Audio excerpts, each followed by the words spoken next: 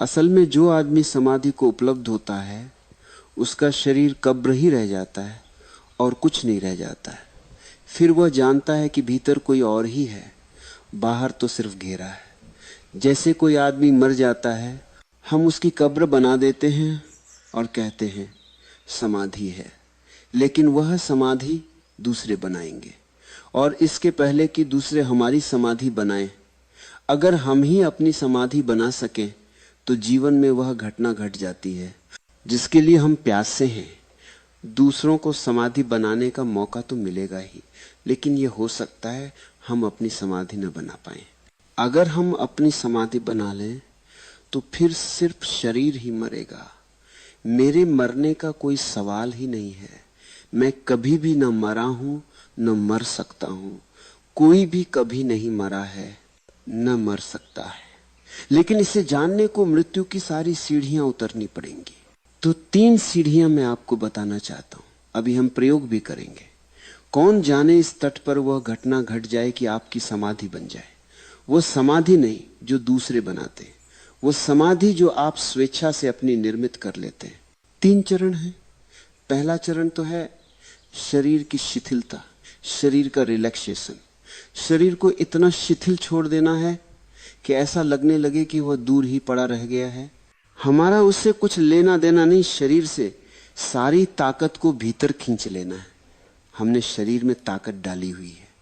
जितनी ताकत हम शरीर में डालते हैं उतनी पड़ती है, जितनी हम खींच लेते हैं उतनी खींच जाती है। आपने कभी ख्याल किया है कि किसी से झगड़ा हो जाए तो आपके शरीर में ज्यादा ताकत कहां से आ जाती है, और आप इतना बड़ा पत्थर उठाकर फेंक सकते हैं क्रोध की हालत में, जितना बड़ा पत्थर आप शांति की हालत में हिला भी न सकते थे। कभी आपने सोचा ये ताकत कहां से आ गई है? शरीर आपका है, ये ताकत कहां से आ गई? ये ताकत आप डाल रहे हैं। जरूरत पड़ गई है, खतरा है, मुसीबत है, दुश्मन सामने खड़ा है, पत्थर को हटाना है, नहीं तो जिंदगी खतरे में पड़ जाएगी। तो आप अपनी सारी ताकत डाल देते हैं शरीर में। एक बार ऐसा हुआ कि एक आदमी 2 वर्षों से पैरालाइज था, लकवा लग गया था और पड़ा था अपनी खाट पर, उठ नहीं सकता, हिल नहीं सकता। डॉक्टर इलाज करके परेशान हो गए। आखिर उन्होंने कह दिया कि अब जिंदगी भर पक्षाघात ही रहेगा।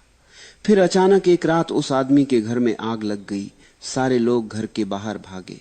बाहर जाकर उन्हें ख्याल आया कि अपने परिवार के प्रमुख को तो भीतर छोड़ आए हैं, बूढ़े को वह तो भाग भी नहीं सकता, उसका क्या होगा। लेकिन तब उन्होंने देखा कि अंधेरे में कुछ लोग मशालें लेकर आए, तो देखा कि बूढ़ा उनके पहले बाहर निकल आया है। उन सब ने उससे पूछा, आप चल कर आए क्या? उसने कहा, अरे वो वहीं पक्षाघात खाकर फिर गिर पड़ा। उसने कहा कि मैं तो चल ही कैसे सकता हूं, यह कैसे हुआ? लेकिन चल चुका था वह, हुआ का सवाल ही न था। आग लग गई थी घर में, सारा घर भाग रहा था। एक क्षण को वो भूल गया कि मैं लकवा का बीमार हूं। सारी शक्ति वापस शरीर में उसने डाल दी, लेकिन बाहर आकर जब मशाल जली और लोगों ने देखा कि आप बाहर कैसे आए, उसने कहा, अरे मैं तो लकवे का बीमार हूं। वो वापस गिर पड़ा, उसकी शक्ति फिर पीछे लौट गई। अब उसकी ही समझ के बाहर है कि यह कैसे घटना घटी। अब उसे सब समझा रहे हैं कि तुम्हें लकवा नहीं है, क्योंकि तुम इतना तो चल सके और अब तुम जिंदगी भर चल सकते हो। लेकिन वह कहता है कि मेरा तो हाथ भी नहीं उठता है, मेरा तो पैर भी नहीं उठता है, ये कैसे हुआ? मैं भी नहीं कह सकता। पता नहीं कौन मुझे बाहर ले आया। कोई उसे बाहर नहीं ले आया, वो खुद ही बाहर आया। लेकिन उसे पता नहीं कि उसने खतरे की हालत में उसकी आत्मा ने सारी शक्ति उसके शरीर में डाल दी, और यह भी उसका भाव है कि उसने शक्ति फिर वापस अपने भीतर खींच ली, और अब वो फिर लकवे का मरीज हो गया। और ऐसा लकवे के एक आध मरीज के साथ हुआ हो ऐसा नहीं है। ऐसी सैकड़ों घटनाएं पृथ्वी पर घटी हैं जबकि लकवे का आदमी बाहर आ गया है। आग लगने की हालत में या किसी खतरे की हालत में और भूल गया है, खतरे में भूल गया है कि मैं किस हालत में हूं। मैं आपसे ये कह रहा हूं कि शरीर में हमारी शक्ति हमारी डाली हुई है, लेकिन निकालने का हमें कोई पता नहीं कि हम वापस कैसे निकालें। रात इसीलिए हमें आराम मिल जाता है कि अपने आप शक्ति वापस चली जाती है, भीतर और शरीर शिथिल होकर पड़ जाता है। सुबह हम फिर ताजे हो जाते हैं, लेकिन कुछ लोग रात को भी अपनी शक्ति बाहर नहीं निकाल पाते। शरीर में शक्ति रह जाती है, तब नींद मुश्किल हो जाती है। इंसोमेनिया या नींद का ना आना सिर्फ एक ही बात का लक्षण है कि शरीर में डाली गई ताकत पीछे लौटने का रास्ता नहीं जानती।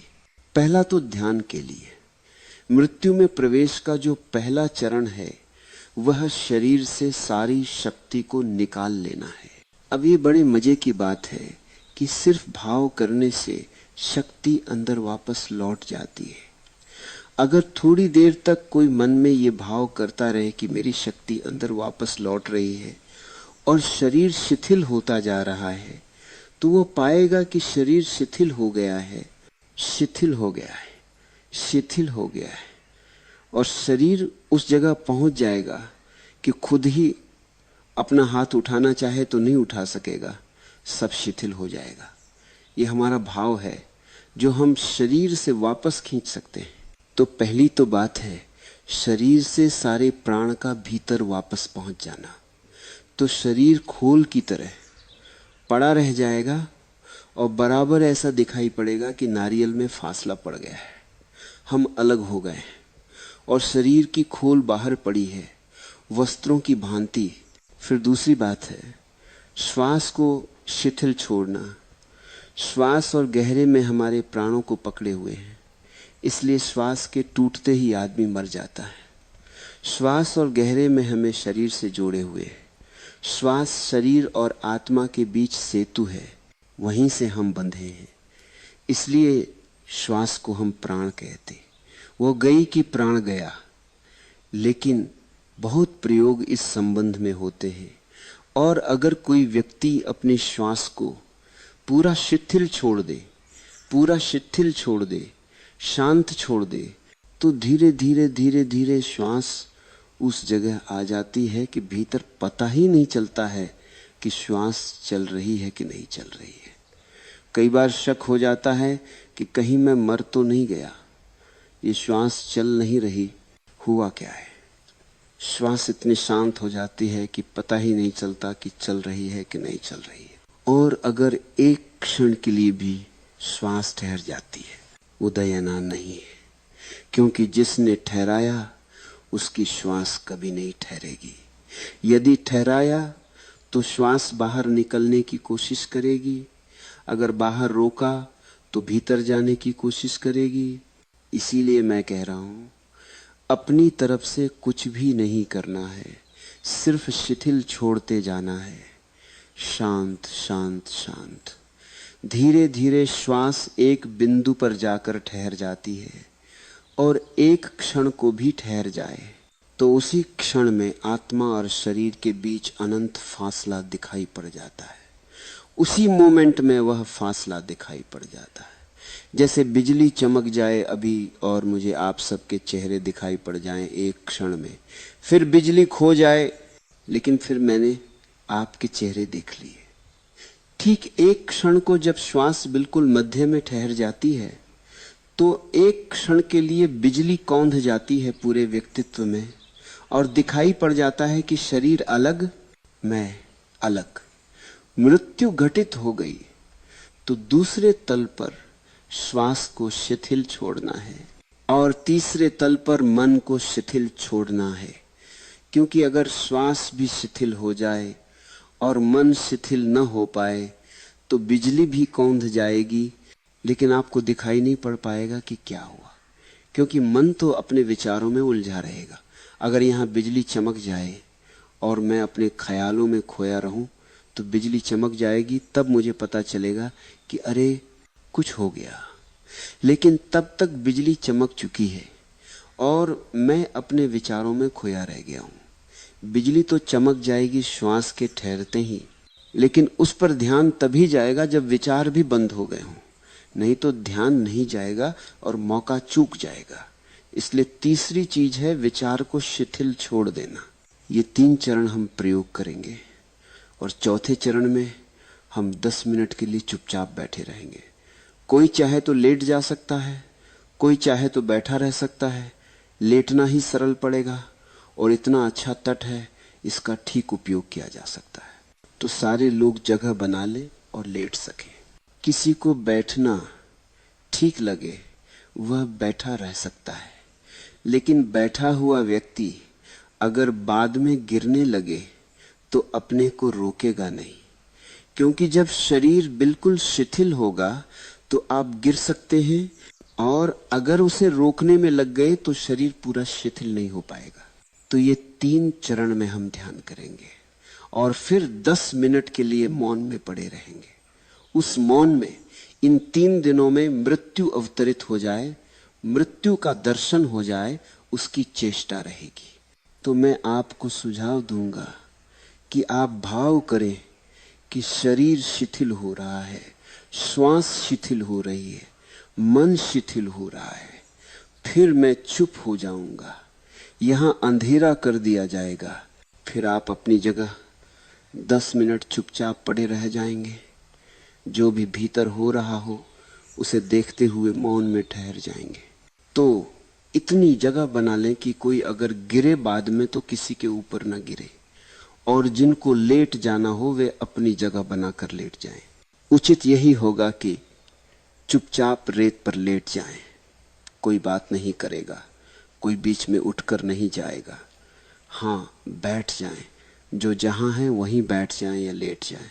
आंख बंद कर ले, आंख बंद कर ले, आंख बंद कर ले और शरीर को शिथिल छोड़ दे, ढीला छोड़ दे।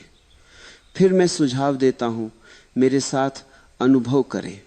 जैसे जैसे अनुभव करेंगे शरीर और शिथिल होता जाएगा और शिथिल होता जाएगा। फिर शरीर बिल्कुल शिथिल होकर पड़ जाएगा, जैसे उसमें कोई प्राण न रहे। अनुभव करें, शरीर शिथिल हो रहा है और ढीला छोड़ते जाएं, ढीला छोड़ते जाएं, शरीर को ढीला छोड़ते जाएं और अनुभव करें कि शरीर शिथिल हो रहा है, शरीर शिथिल हो रहा है। अनुभव करें, पूरा अंग अंग बोला छोड़ दे और भीतर अनुभव करे, शरीर शिथिल हो रहा है, मेरी शक्ति भीतर वापस लौट रही है, शरीर से शक्ति भीतर वापस लौट रही है, शक्ति वापस लौट रही है। शरीर शिथिल होता जा रहा है, शरीर शिथिल हो रहा है, शरीर शिथिल हो रहा है, शरीर शिथिल हो रहा है, शरीर शिथिल हो रहा है, शरीर शिथिल हो रहा है। छोड़ दें बिल्कुल, जैसे कोई प्राण न रह गए हों, गिरता हो गिर जाए, बिल्कुल ढीला छोड़ दें। शरीर शिथिल हो गया है, शरीर शिथिल हो गया है, शरीर शिथिल हो गया है, शरीर शिथिल हो गया है। छोड़ दें, छोड़ दें। शरीर शिथिल हो गया है, शरीर बिल्कुल शिथिल हो गया है, जैसे उसमें प्राण ही ना हो। शरीर की सारी शक्ति भीतर पहुंच गई है। शरीर शिथिल हो गया है, शरीर शिथिल हो गया है, शरीर शिथिल हो गया है, शरीर शिथिल हो गया है, शरीर शिथिल हो गया है। छोड़ दे, बिल्कुल छोड़ दे, जैसे शरीर रहा ही नहीं, हम भीतर सरक गए। शरीर शिथिल हो गया है, शरीर शिथिल हो गया है, शरीर शिथिल हो गया है। श्वास शांत होती जा रही है। श्वास को भी ढीला छोड़ दे, बिल्कुल ढीला छोड़ दे, अपने आप आए जाए, ढीला छोड़ दे। रोकना नहीं है, धीमी नहीं करनी है, सिर्फ शिथिल छोड़ दे। जितनी आए आए, जितनी जाए जाए। श्वास शिथिल हो रही है, श्वास शांत हो रही है, ऐसा भाव करें। श्वास शांत होती जा रही है, श्वास शांत और शिथिल होती जा रही है, श्वास शांत और शिथिल होती जा रही है, श्वास शिथिल होती जा रही है, श्वास शांत होती जा रही है, श्वास शांत हो गई है, श्वास शांत हो गई है, श्वास शांत हो गई है, श्वास शांत हो गई है। अब मन को भी शिथिल छोड़ दें और भाव करें कि विचार शांत होते जा रहे हैं, विचार शांत होते जा रहे हैं, विचार शांत होते जा रहे हैं, विचार शांत हो गए। साधक बिना हिले डुले लेटे हैं, बैठे हैं, वृक्षों से टिके हैं। रात्रि का गहन सन्नाटा है, सागर के तट से टकराती लहरों का गर्जन है। सारी प्रकृति शांत और मौन है, जैसे आसपास कोई भी प्राणी या मनुष्य न हो।